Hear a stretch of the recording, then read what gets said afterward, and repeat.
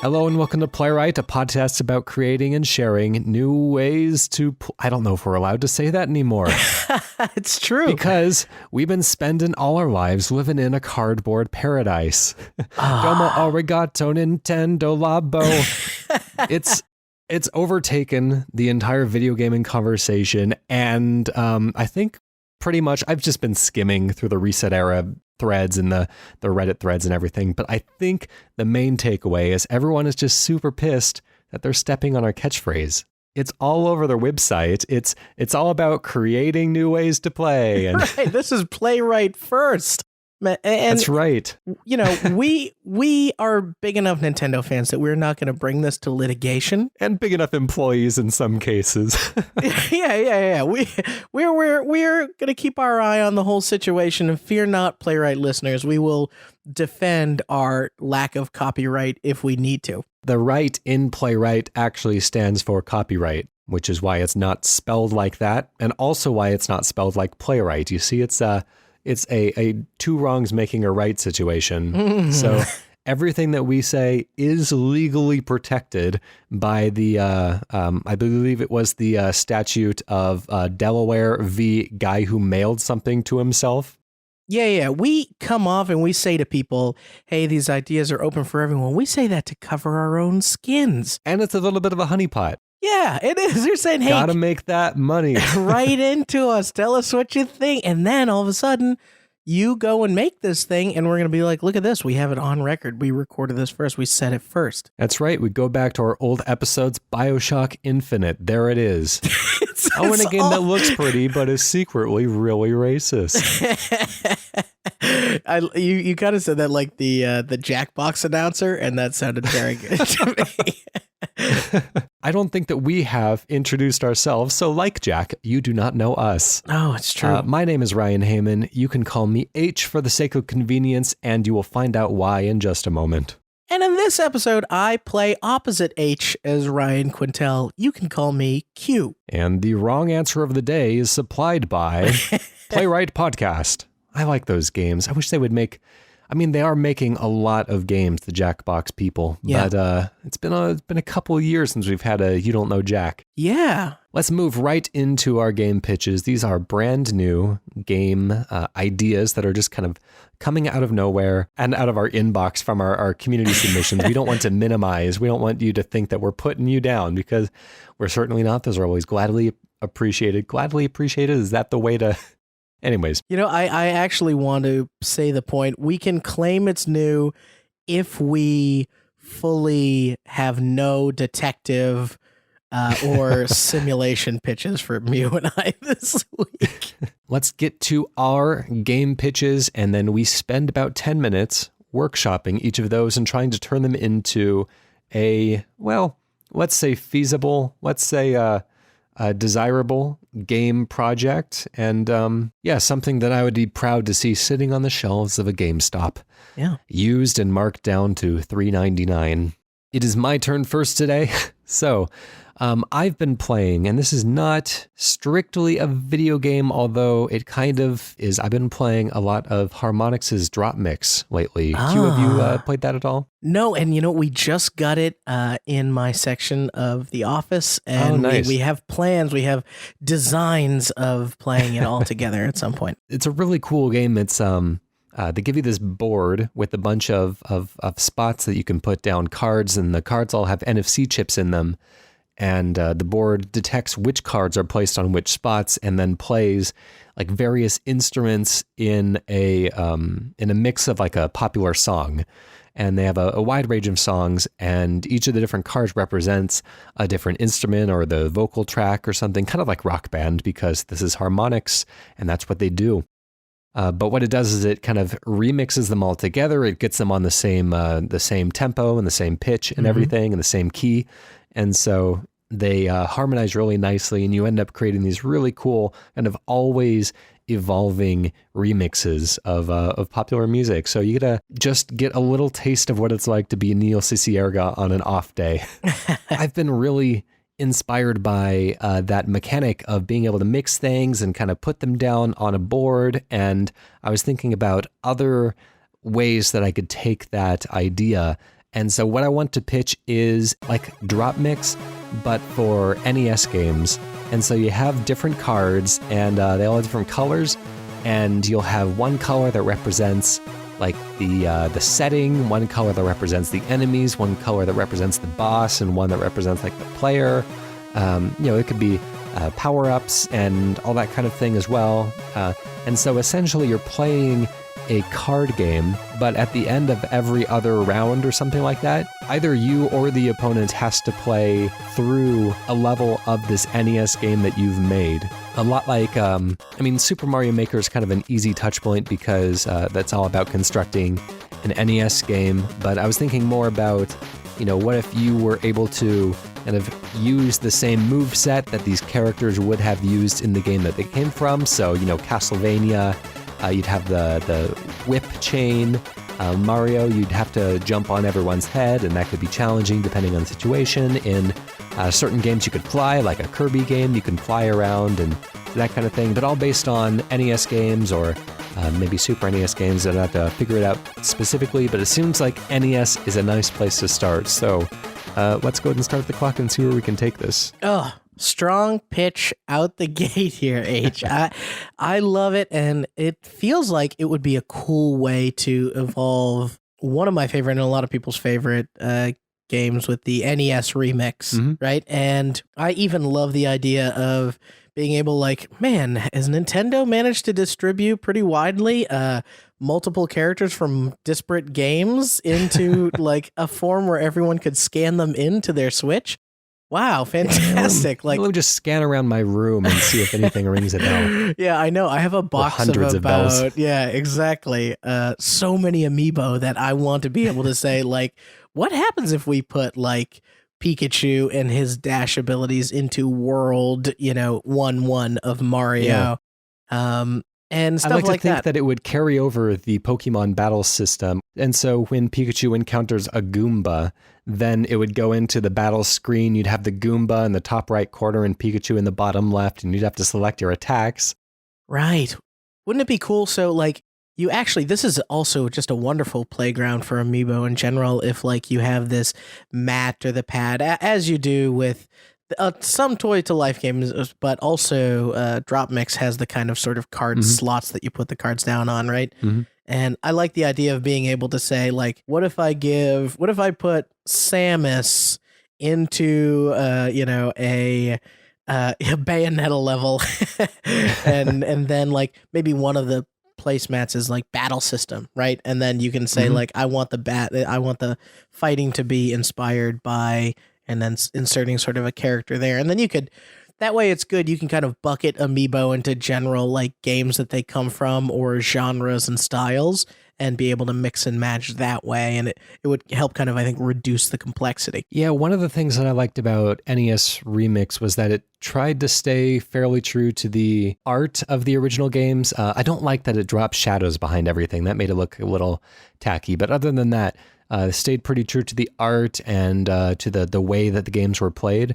And so instead of kind of transforming a 2D Samus sprite into a 3D Bayonetta arena, it would seem a little bit more honest or a little bit more think on your feet in a WarioWare style game to have to navigate a level that the character wasn't built for in a way that the character could get through. Yeah, I think that's how, by doing some bucketing or doing some things like that, you can kind of control whether or not someone will be able to successfully do something. Maybe if you put Samus in a certain situation, you're going to get 2D Samus or first person Samus, or maybe even if you pair him with Kirby, you're finding yourself in complete Samus ball mode the whole time, just to kind of fit the stage and the settings or what the demands are of the level. So it can adapt, or you can kind of maybe make those decisions up to the player, right? Where they're like, oh, I guess the only way for me to get through this is if I use, bomb jumps and that sort of thing. Yeah, because ultimately, I think the main draw of this, I still want to be the card game itself. And so it's always a matter of kind of one-upping what the other player is doing, but also trying to put them in a tricky situation. So if you know that they have Mario and they're going to have a really hard time dealing with like a really vertically oriented stage, like a Mega Man stage, and they're going to have very little defense against the flying Medusa heads from Castlevania, then you can try to stack those cards against them. And so when it's time to play through the level, then they have to work even harder. You imagine that it would kind of be, in your head, is it like a turn-based sort of system where it's like, okay, you get to establish the level I'm playing in, but maybe then I get to pick the character, but then you're going to get to pick the enemies, and then I'm going to get to pick the power-up or something. And then at the end of that, it ends and say, okay, now, H has to play through this level, and then there's another round back and forth, and then Q has to play through that level. And I'm just trying to think of the structure outside of the actual mechanics of it. Yeah. Yeah, I really like the way that Drop Mix does it, because there are several slots that a card can be played on, and you can play any card on an empty slot, but each card has a power rating up in the top left corner of 1, 2, or 3 bars. And so you can always play a card that is of equal or greater strength to the one that's currently played. So if you want to play on top of another card, as long as you have a stronger card, then you can do that. And so you can keep slots empty for as long as you want to, or you can go in for those easy points, or you can try to block what your opponent is doing. And so trying to make all those decisions, and then maybe every other back and forth between the the players, they would each have 2 turns to put down cards and, try to assemble this stage, this game. Then that could be really beneficial. You can use a lot of strategy if you are the one that's going to have to play through the game. Yeah. Maybe you want to put down things that the opponent is going to have to block. right. Because you want to distract them and keep the enemy slot empty for those rounds. Yeah. Because it's more worth it to block the beneficial thing that you're putting down than it is to drop enemies in there. And that's just going to make your job a lot easier. Well, and we talked about this in terms of Amiibo, but I also think there's a really good case for not having this be Amiibo. Because, if it's Amiibo, then either you're dealing with only one person's large Amiibo collection, or you're dealing with 2 people having to bring a ton of toys to go play this somewhere. Right. I think it would work better as a card game, because then you can have a hand of cards and the opponent doesn't know what you have. Exactly. Whereas Amiibo, it's really hard to hide what you're dealing with. Right. I see Bowser over there. I know it's coming. Yeah. And I also wanted to push us in the card direction a little bit, thinking, because we've all played a card game, and especially if you're playing something like Euchre or even Uno, sometimes you get a hand and you're like, you can immediately tell, I have no idea what I'm going to do with this. Either I don't know any of these games, or I don't know how any of these characters control. And that can be the fun of it, right? And then revealing to your friend, oh, you don't know how to play ActRaiser? That sort of stuff. That kind of moment could be really better funny. Figure out those buttons quickly. Yeah, exactly. And I do like that it kind of, to that point, it rewards your muscle memory for playing these old games in the way that NES Remix did. I really like in the WarioWare games, the world that's based on old NES games, because they always usually have one that's based on older video games, and you have to put yourself back in that mindset, and it's okay, how do I do Punch Out again? Yeah, right, exactly.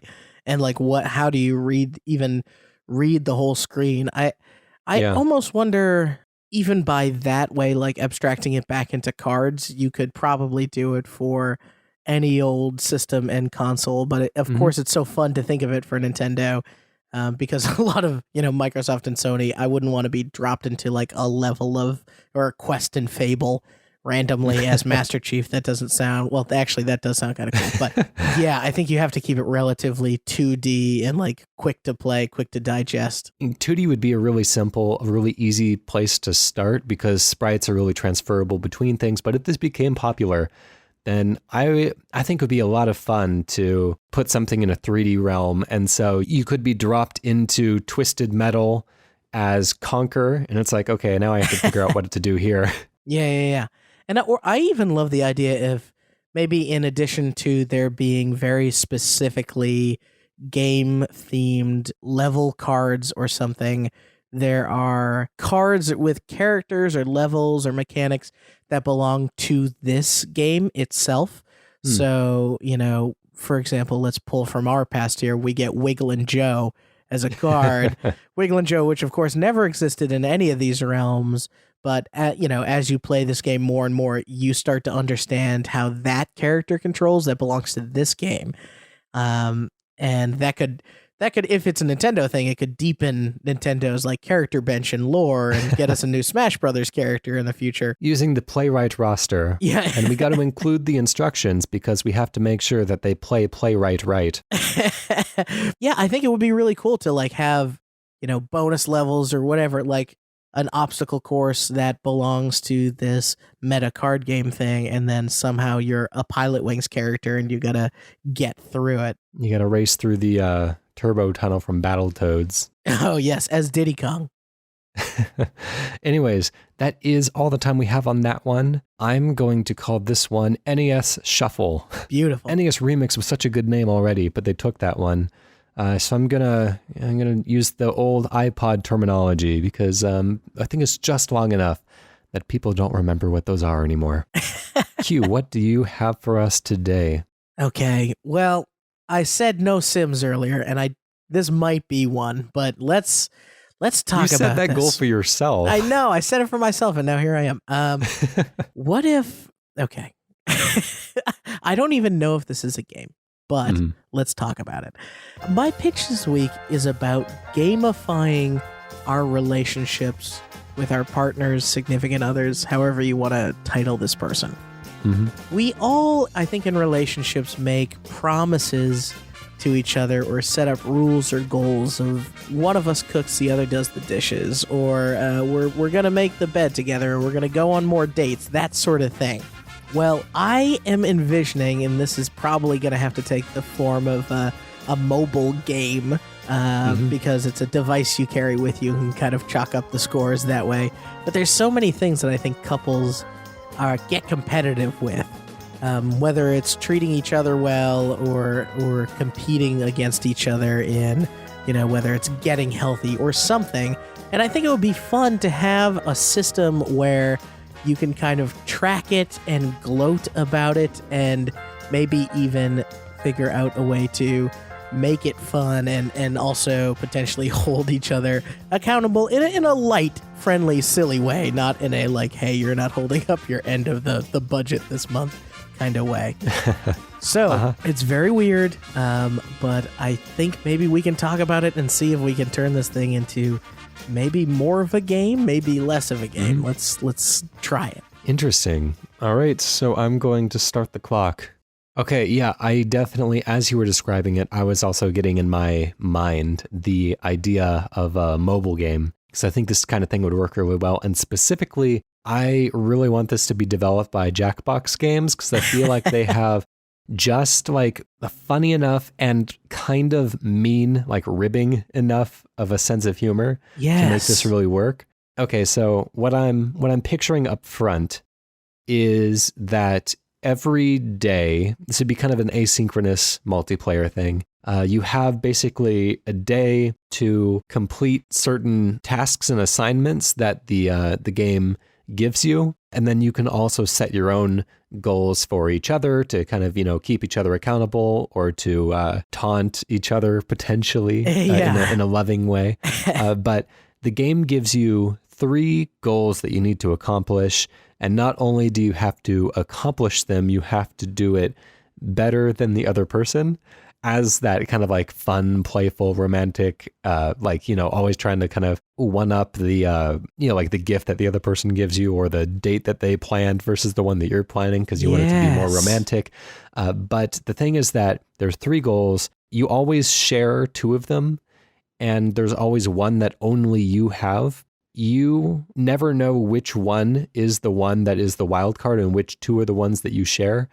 and you're trying to Yeah. suss out what the other person is doing out of the ordinary. And if you can guess what their request was at the end of the day, then you get you cancel out all the points that they would have earned or something like that, or you get an extra point or something. And so, you're trying to not only be the best at all three of those things, you're trying to make it not extremely obvious what you are trying to do, because maybe that's the one that the other person doesn't have.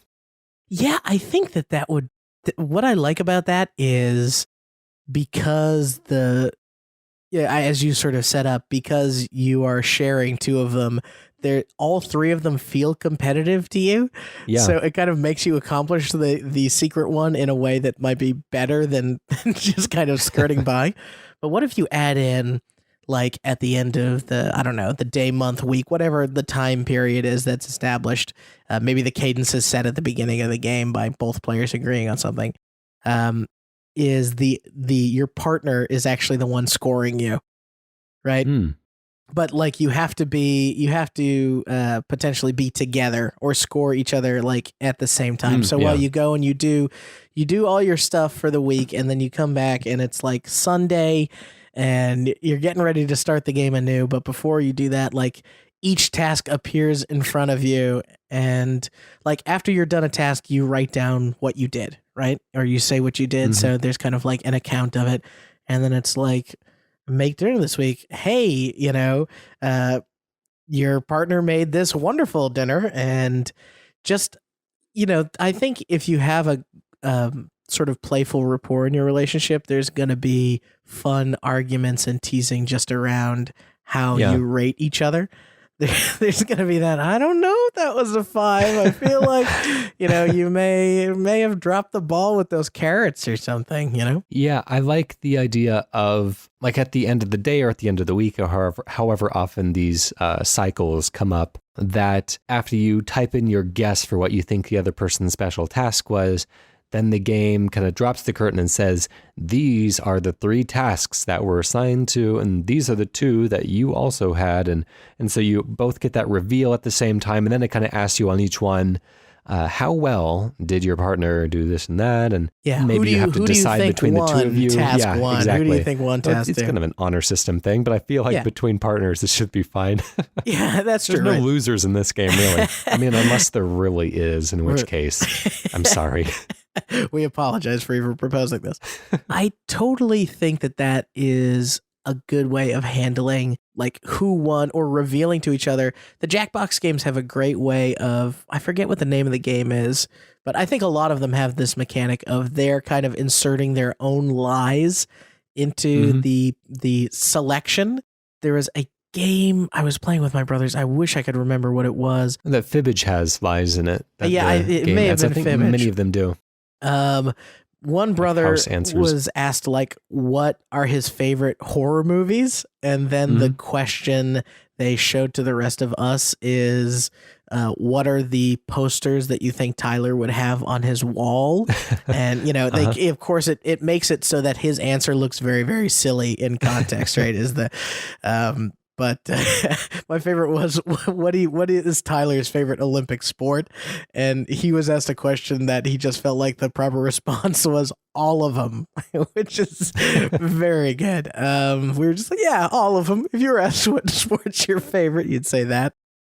So if you're saying the partner is, what do you think Jessica had to do this week? Or, what do you think Ryan had to do this week? Or did Ryan do this well, to kind of lead you astray and, like a series of questions like, was Ryan attentive? I don't know, I guess. Yeah.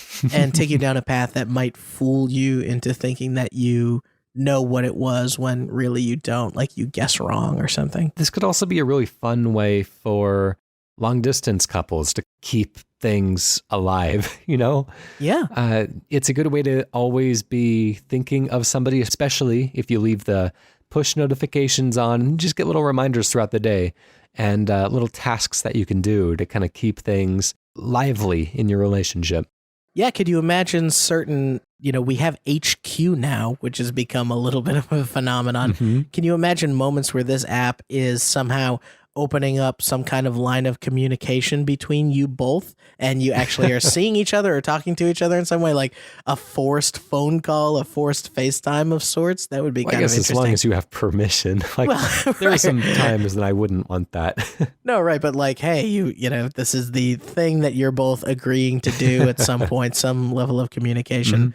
One of the ones that we've done recently in my relationship is we've agreed to make the bed. So I am now, the thing that is going to motivate me to make the bed the most, I think, is probably somehow that I can, figure out how to game it and get better at it. Got to find out how to fold that fitted sheet.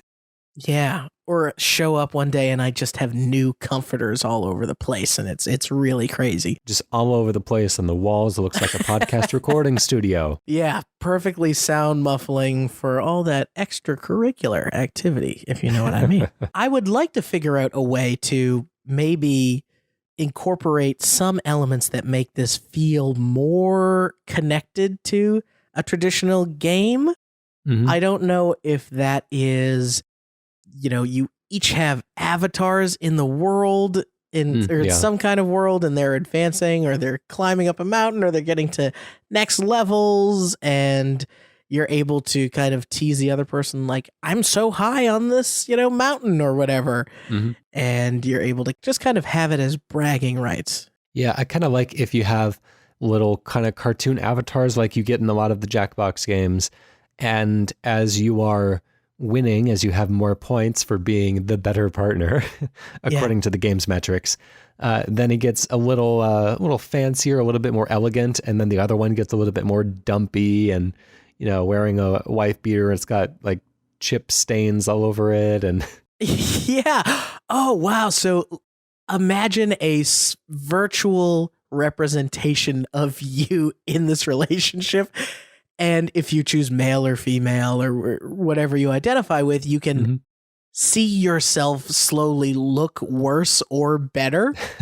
Like you're the schlub and you are wearing a tank top and it's stained and awful, all the way to you're in this gorgeous dress and you got lights on you in Hollywood and people are ooh-ahing, the same way that when you walk around in a Fable game, people are just so in awe of you and your accomplishments. Like, well, this app says I'm actually a fantastic boyfriend, and look here, I look great. Yeah. Well, that's all the time that we have there. I really like this one. Let's give it a name.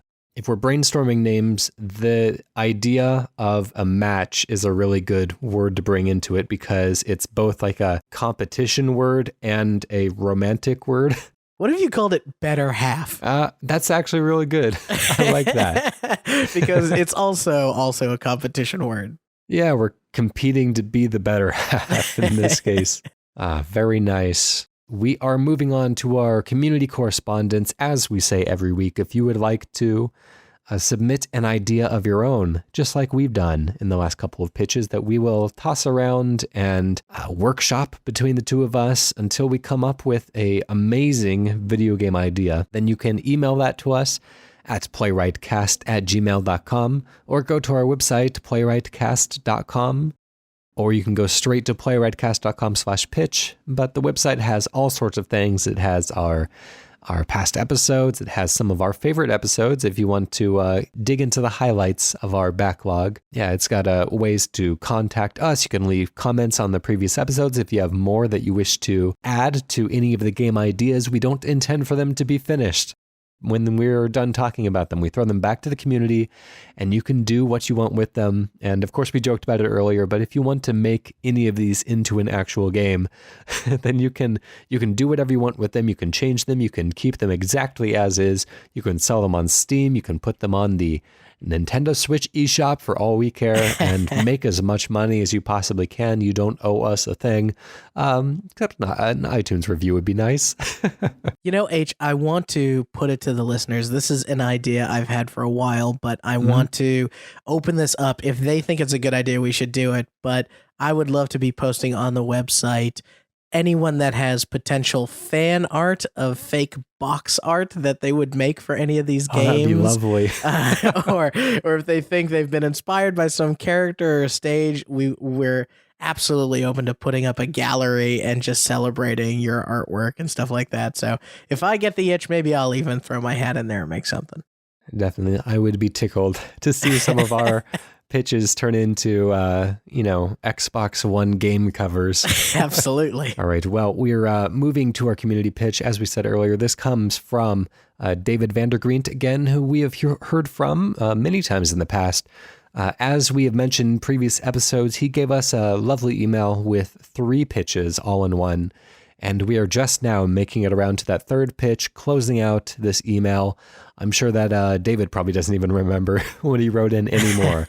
But just to remind everyone, the first one that he sent in this trilogy of Van Der Griendt specials was the Kirby Billiards game that we discussed a long time ago now. The second one was the fishing game where you play as a lure and go into all these fun fish villages. And the third one here is stacking birds on multiple levels of electricity wires. Be careful they don't bend enough to touch each other or the ground. And that's all we have to go on. Let's start the clock. David, you've done it to us again.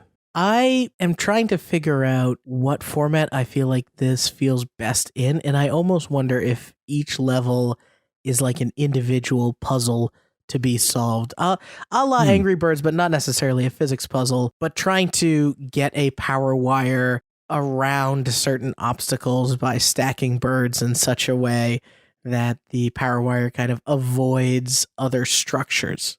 Yeah, that makes sense. This is kind of physicsy by nature, but I see this being best on a touch screen, so like a tablet or a phone. But I see this as just a really satisfying kind of almost tactile experience where you drop the bird on the wire, and there's birds of different weights, and depending on how close to the edge of the wire where it's kind of held in place by the telephone pole, I could droop a little bit more. And so you're able to stack birds and to put them on different places on the wire and try to almost like those bridge building games like Poly Bridge and Bridge Constructor, or even World of Goo is like this as well, where you're kind of creating this structure and you're trying to make it hold in place so that it satisfies a number of requirements. Birds not touch, birds don't droop the wire so low at any given point in the wire that it touches the ground or a rooftop or anything else in the environment, potentially avoiding obstacles as well. If like these wires were on top of a truck or something and there were always kind of obstacles coming at you and you had to quickly rearrange the birds to kind of on the fly get them keep them from being hit by street signs or passing under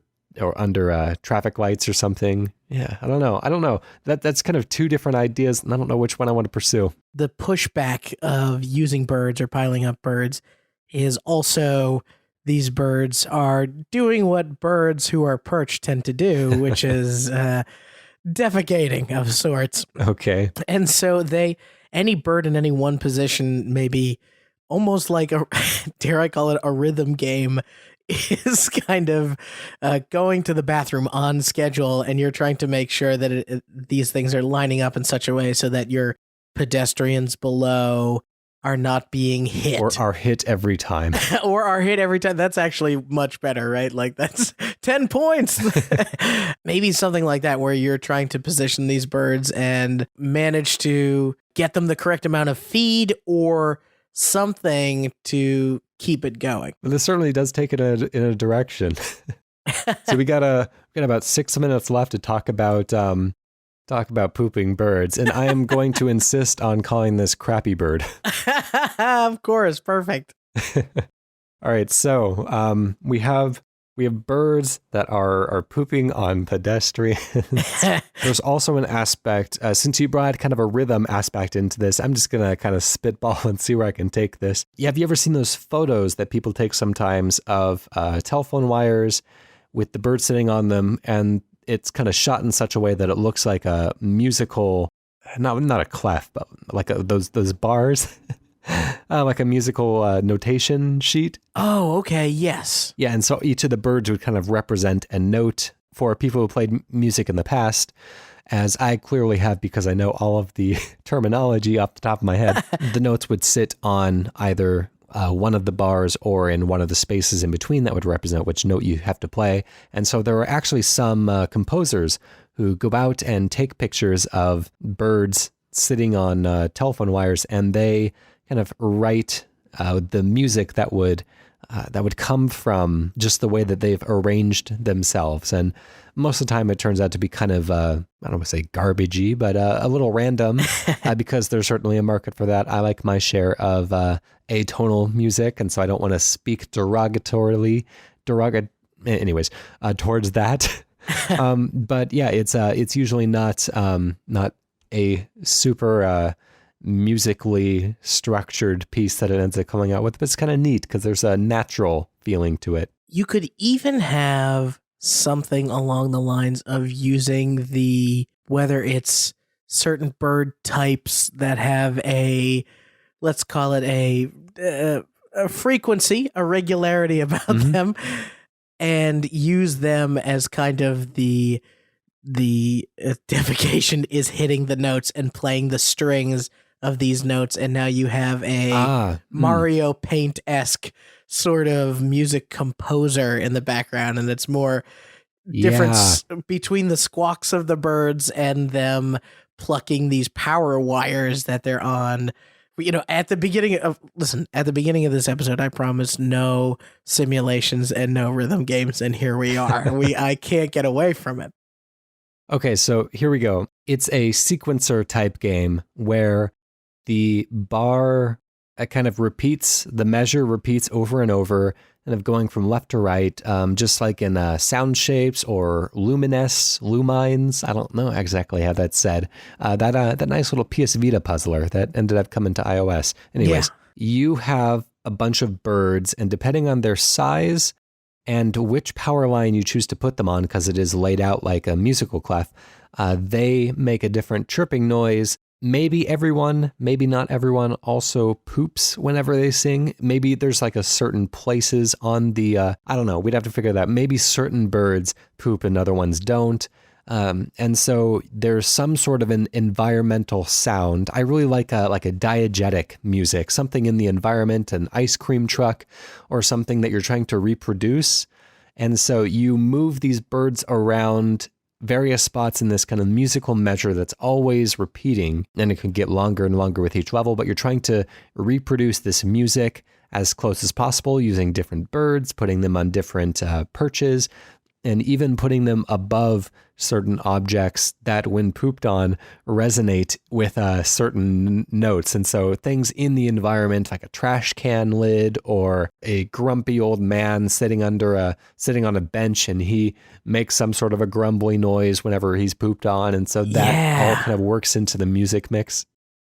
I like that. And you can imagine it's the sounds of the city. You can have cacophonous horns honking and airplanes going by and all of them making this fun music factory like setting. And then you could even have different settings where you have the birds in the backwoods of Louisiana and you're getting crickets and all sorts of maybe lawnmowers, just all sorts of stuff happening. Yeah. And then of course, since we're kind of following from left to right, this sequencer bar, since we're sitting on power lines, it would make a lot of sense if diegetically the cursor, so to speak, the marker of where we are in the measure is represented by this little burst of electricity that goes through the wire and maybe kind of zaps the birds that are sitting on them at the time, which gets them to squawk and which gets them to poop in some cases.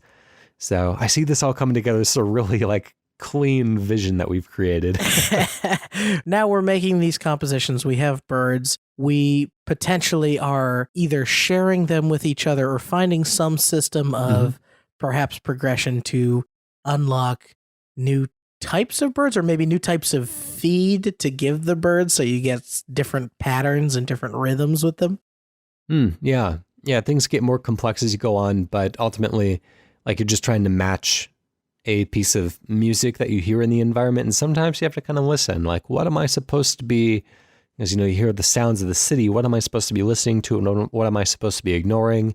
Almost like those appropriately enough bird chirping sections of The Witness, which is not my favorite part of that game, but I can see it working well here. Anyways, there's a lot more questions about how would a game that is almost entirely sound-based work on mobile, a platform which is known for being played in areas where you can't use the sound, but I'm afraid we're out of time, and so we'll just have to answer those questions some other time, or pass that over to the community and see what kind of solutions they can come up with. And I don't want to hear anyone asking us to just put a little icon that says best played with headphones. It's not going to work. Thank you very much, David Van Der Griendt, for sending that in. And yeah, I think the name Crappy Bird still holds. That is going to wrap it up for us today. If you would like to send in a community pitch of your own, you know where to do that. playwrightcast@gmail.com or playwrightcast.com/pitch. That is PLAYWRITECAST. You can find us on Twitter under the exact same name, where you can send us something as weird as an image to pitch, which of course we've had in the past. And while you're checking out our whole playwright world universe ecosystem, go and check out Protodome's Hello World. It's our theme song off the album Blue Noise. It's very good. You should give it a listen. And to take us out today, I would like to put forward a miniature idea to chew on our way out. I like the setting of Atlantis, this undersea kingdom that's ruled by warriors with tridents, kind of an old-fashioned weapon, but I don't think I've ever seen bow and arrows underwater. So how would that work? Just putting it out there. We'll see you next week. Bye.